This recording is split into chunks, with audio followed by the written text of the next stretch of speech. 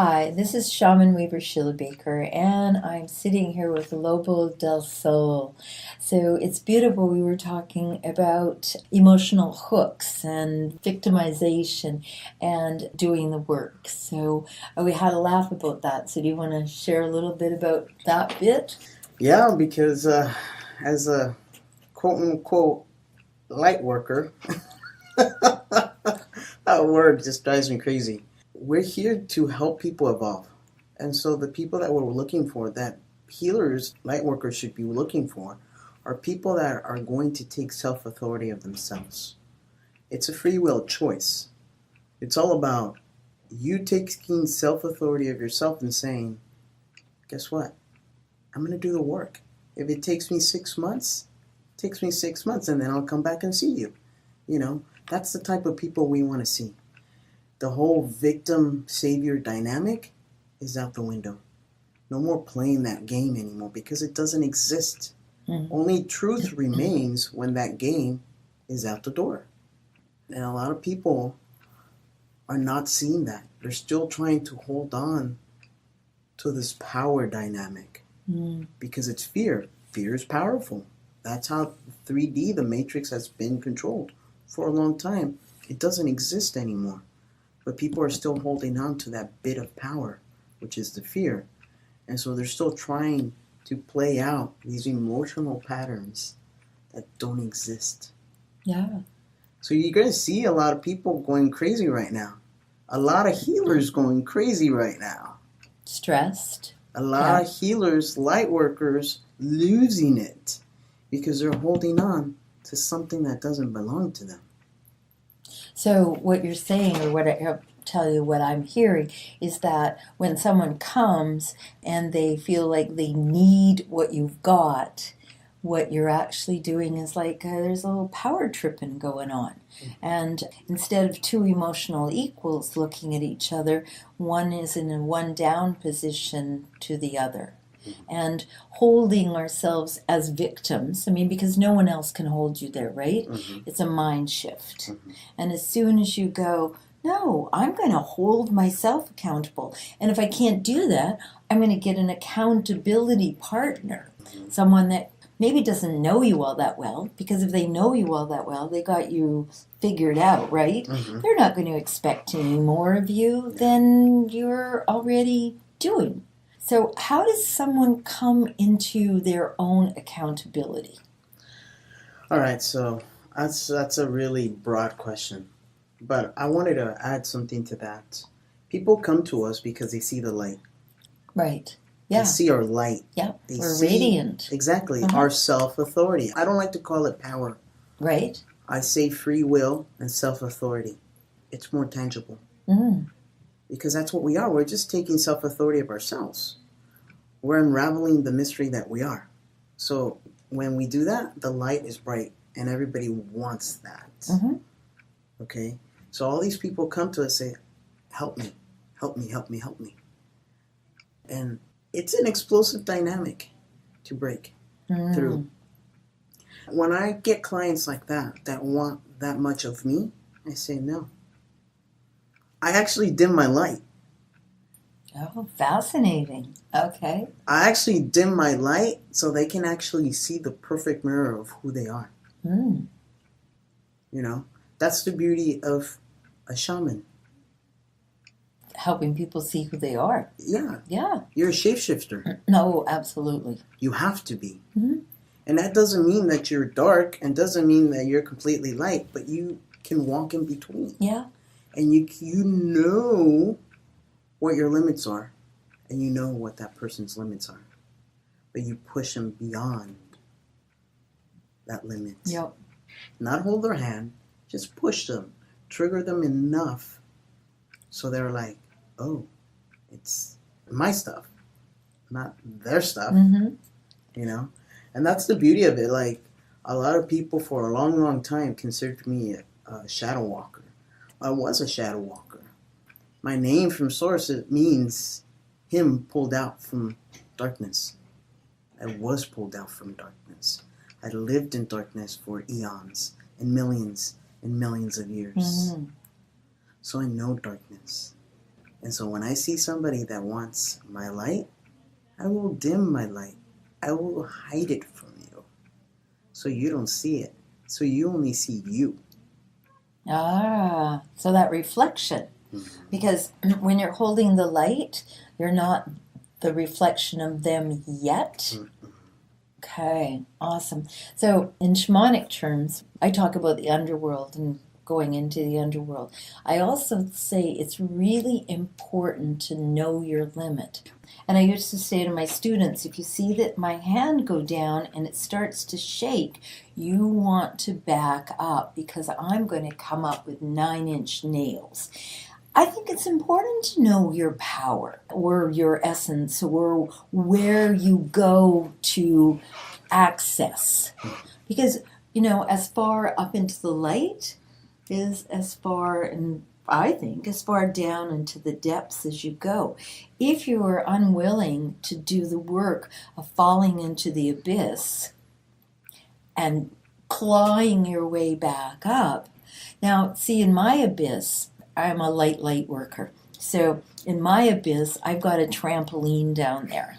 So I know when I get to the bottom, I can start bouncing and I can bounce and I can bounce and I can bounce. So I use that energy of that to really bring that energy down so that I can come shooting out of that hole. And I think it takes, like you talked about, eons and eons and millions of lifetimes being there to be able to know that, I better throw a trampoline down there because I've been down there before, probably going to go again. I mean, nothing stays the same and we're not always uprising. There's the with the wings and soaring, but it takes that oomph to get you out of there. So how do you see people using what's going on right now as a trampoline, if you will? And is it important that they have that? Well, they don't know that they have that. They're not aware of that. So they keep portraying, I see this in social media all the time, like Facebook, Instagram. People really playing out the victim. Mm-hmm. Please feel sorry for me. My body aches, my head hurts, I feel lonely. I'm like, wait, is that your spirit or is that your ego? Mm-hmm. Because I don't think people really understand what the ego is. And they don't understand how the ego took authority of your body. So I'm going to explain it a little. All right. In my terms, in my layman's terms. Yeah. So what happened, everybody got convoluted. Earth is pretty dense. Earth is very dense. Let's just be honest. Earth is very dense, The moon as a satellite is very close to us, so has made us very, very dense on purpose. It wasn't used to be that close, but it blew up. But that's a whole different story. I'm loving to hear that. So what happened, the spirit leaves the body. Something has to come in to replace it. It can either be, 1, our ego, or 2, a lower vibration entity. Okay. And so usually the ego steps in. The ego steps in because it says, well, I'm here. I already know that I have to drink, that I have to drive, that I have to put my clothes on or pick something to eat or brush my hair. So it knows the basics. Mm-hmm. Okay. But then when it tries to step in as a personality, it goes by the memories of your mind, by those photographs. So it tries to shapeshift into that personality only by photographs, not by the words, not by anything else. So images. Images. Kind of like dogs, So it's like, how do I mimic this? So it becomes a shapeshifter. So it's like, let me bring up a situation that I was in the same situation right now. Help me navigate through it. Well, it overcomes it. It's successful experience, interaction. So the ego says, ooh, I like this. I like this. This is rewarding. I like this. I like being in charge of the body. Mm-hmm. I like it. So it's basically saying I'm taking self-authority of this. This is mine now. But when we do this, when we allow this to happen, it breaks into different personalities. Because it has to become a shapeshift. Because it's only working by photographs. So it knows how to respond when I'm here with you. Then I know how to respond when I'm with that person and that person. That's fascinating. I used to call that facets of the personality, like a diamond with all of those cut edges, so that we never show anyone the true depth of the diamond. It's just this outer reflection here. Mm-hmm. Mm. And so that's what the ego does. So light workers or healers are so used to portraying that. Especially. Why? People are scared of darkness. Of course. Yeah. Well, do we want a bunch of dark workers? And how cool would that be? I am. I'm a dark worker. Yeah. So why don't we call ourselves that? Why is this thing for lighter and fluffier and, all like that? Because it's a mystery. It's esoteric. It's esoteric. It's a mystery.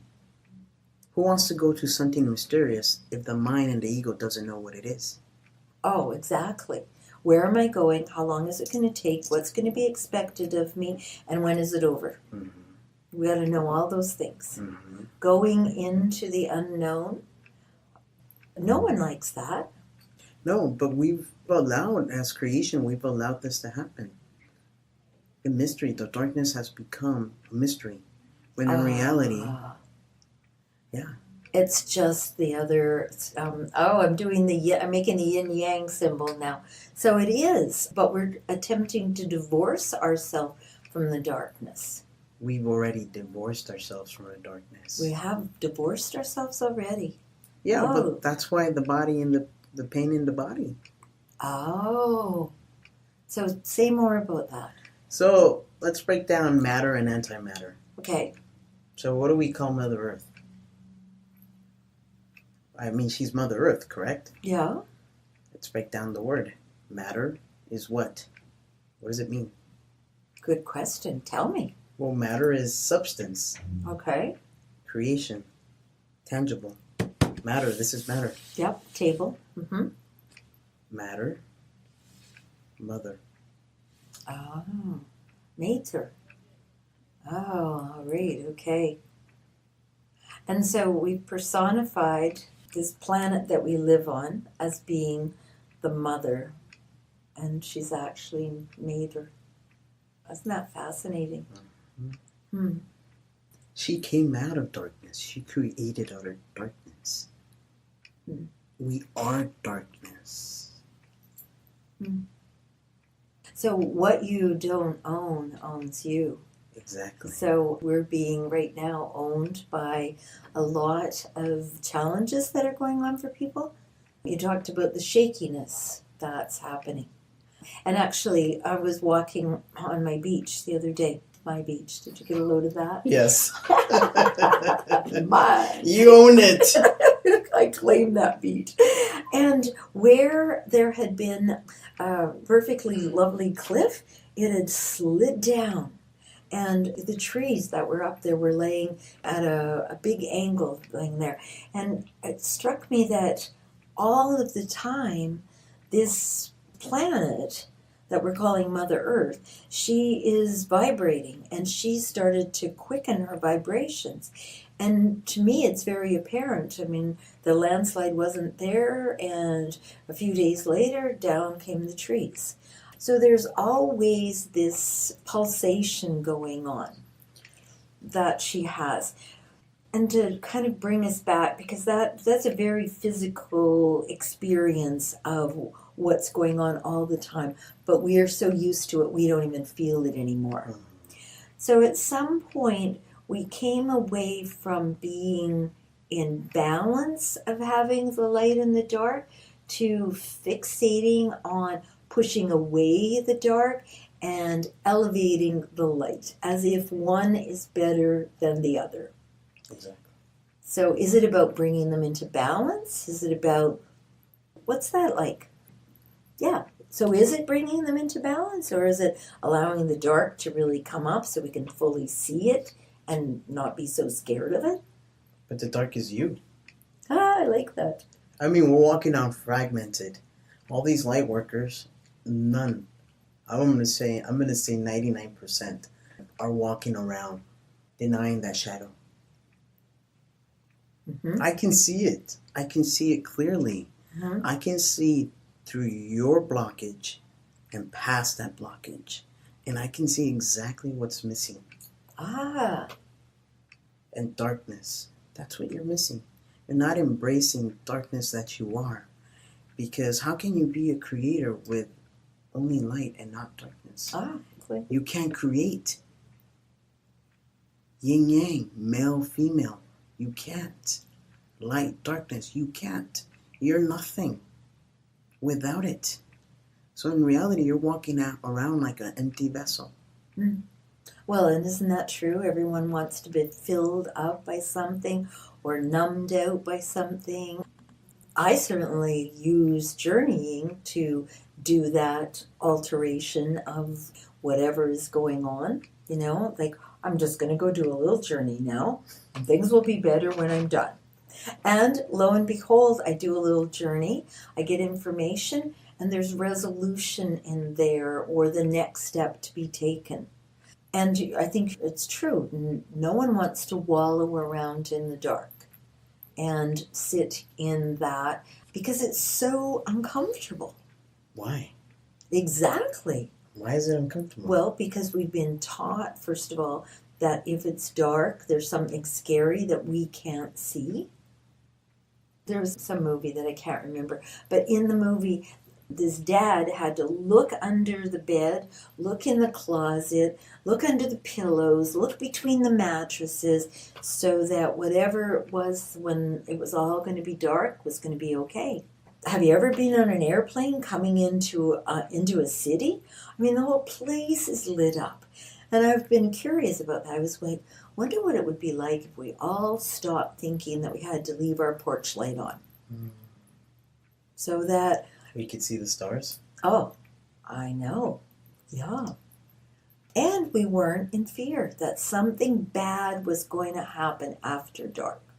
So it's really interesting that you say that, because I'm going to bring up why people fear the darkness. Ah, I want to hear that. And majority is because of an experience of water. Water. The depth of water. Ah. And when you are still in water, you're surrounded by this beautiful water that resembles love. Are you talking in utero now? Yeah. Okay, yeah, got that. Are we not? Yeah. Well, and aren't we all in utero? 10 months in darkness, surrounded by loving, warm, feeding water by our mother. Mater. Yeah. So how is it bad? How did we become associated with that being bad? We knew that this was safety, but it was the rejection of being pushed out in pain, because society's been telling us, this society especially, been telling us, in order to give birth, you have to be in pain. You have to be birthed in pain. Mm-hmm. And so if babies don't come out screaming, what's the first thing they do? Smack. That's your first experience. Interesting. You get punished for not crying. What's the first experience we have? We get punished. We come out of this pure darkness that's love inside our mother's womb. And then we get rejected out or pushed out. And if we're not doing crying, then we get punished for it. Mm-hmm. Disciplined. That's fascinating. I would have never put all that together. Yeah. And in other cultures, what I've heard and experienced to a really limited degree is that it's not a horizontal birth either. So they use the gravity. And one of the other things is that maybe this isn't happening so much, but it used to be that babies were born and you just kept on doing whatever you were doing. So you couldn't have been like hand against the forehead, writhing in pain, and then doing that. And we have this Western idea. I was a nurse and I was in labor and delivery. I was really good in the labor part, but the delivery not so much, because they were doing what struck me as really weird things there. You know, cutting the umbilical cord before it got birthed and disconnecting and all of that. So that was a challenge for me. But to think about the idea that it doesn't have to happen in pain. Actually, none of this has to happen in pain. Knowing your dark side, knowing your light side, engaging in relationship, doing things does not have to be traumatic. Exactly. Struggle. There's a woman, her name is Sherry Huber. She's a Buddhist teacher. And she says that pain is inevitable. You know, you're going to bump your knee, your toe, whatever. But struggling is optional. Mm-hmm. So, do you think that if we knew more about our dark side, that we would struggle less? Yes. How can that come about? Well, usually the dark side, that we start pushing away the dark side because we've had a bad experience. Mm. So you have your first experience of being spanked, Birth, yeah. rejected and then spanked because you weren't crying. Okay, I'm sorry. I was behaving. It didn't hurt. And then we all have childhood trauma. Mm-hmm. So we know that from birth to 7, this is where we develop safety from our environment, from our parents, our siblings, everybody around us. And when we start seeing the patterns as a child, we don't have any baggage. So we see truth. All truth. Yeah. I mean, they call it out, too. Yeah, they do. They call you out and you're like, what? Really? Yeah. I said that? Yeah. Now I'm going to hold you accountable. But that's what I'm saying. Like, that's the beauty of it. Like, these kids come with no baggage. But we're so trained to push away. We're so conditioned to push away darkness or anything naughty. Mm-hmm. So what happens? We start taking their light. Because we don't realize how ridiculous the light is. Mm. We think it's an aspiration.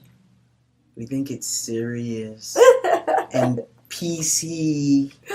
When in reality, it's not. Darkness is serious.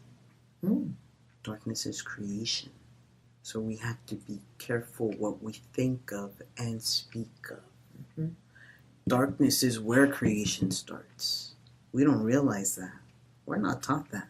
No. We just think it's pure evil. But in reality, it's not. Okay? The light, it's ridiculousness.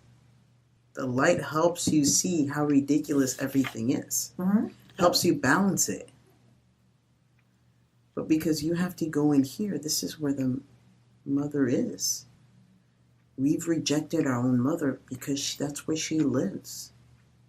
Our mother lives there. Our father lives in the light. What is greater, matter or antimatter? Aren't they in balance? Are they?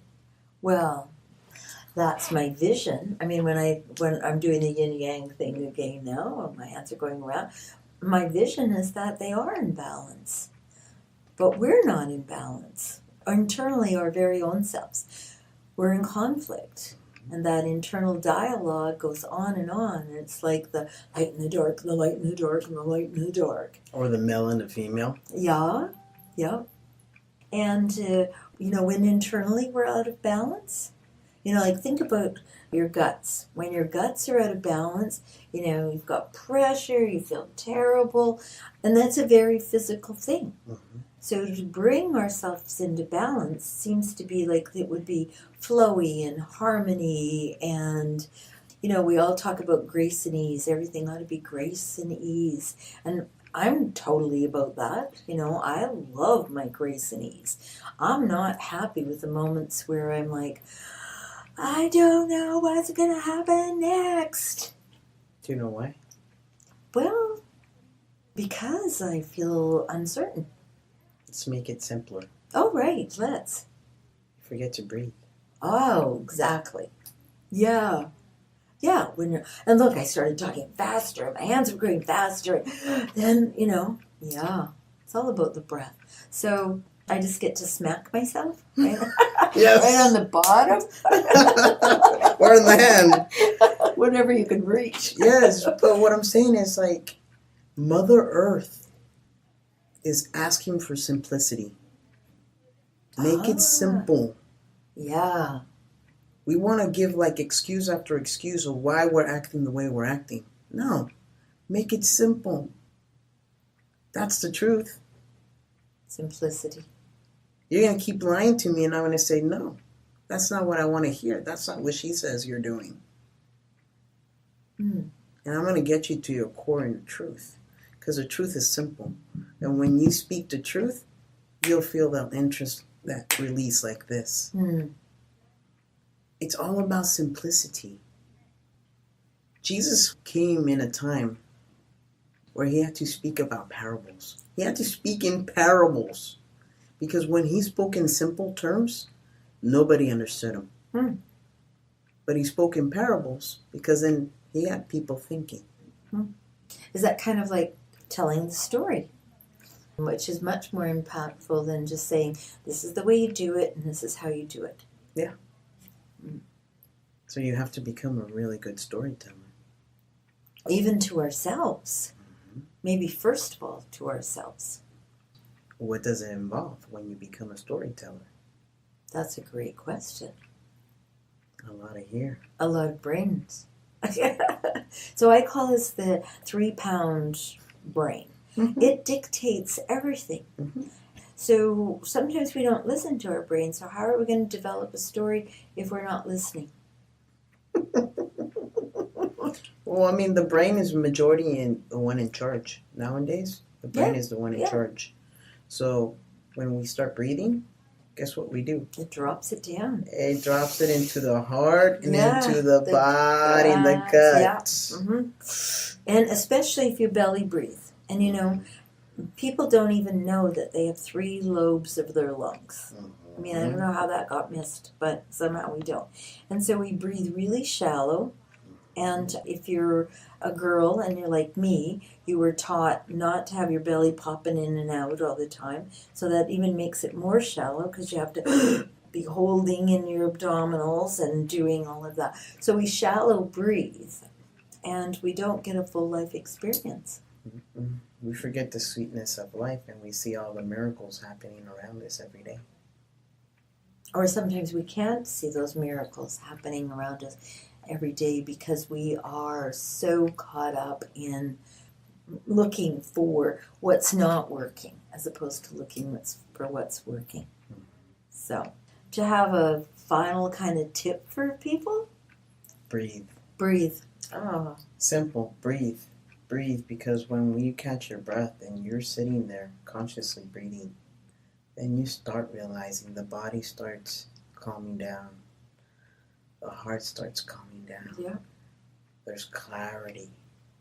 You go outside of judgment, because what happened, you got a judgment, Mm-hmm. and you reacted. Mm-hmm.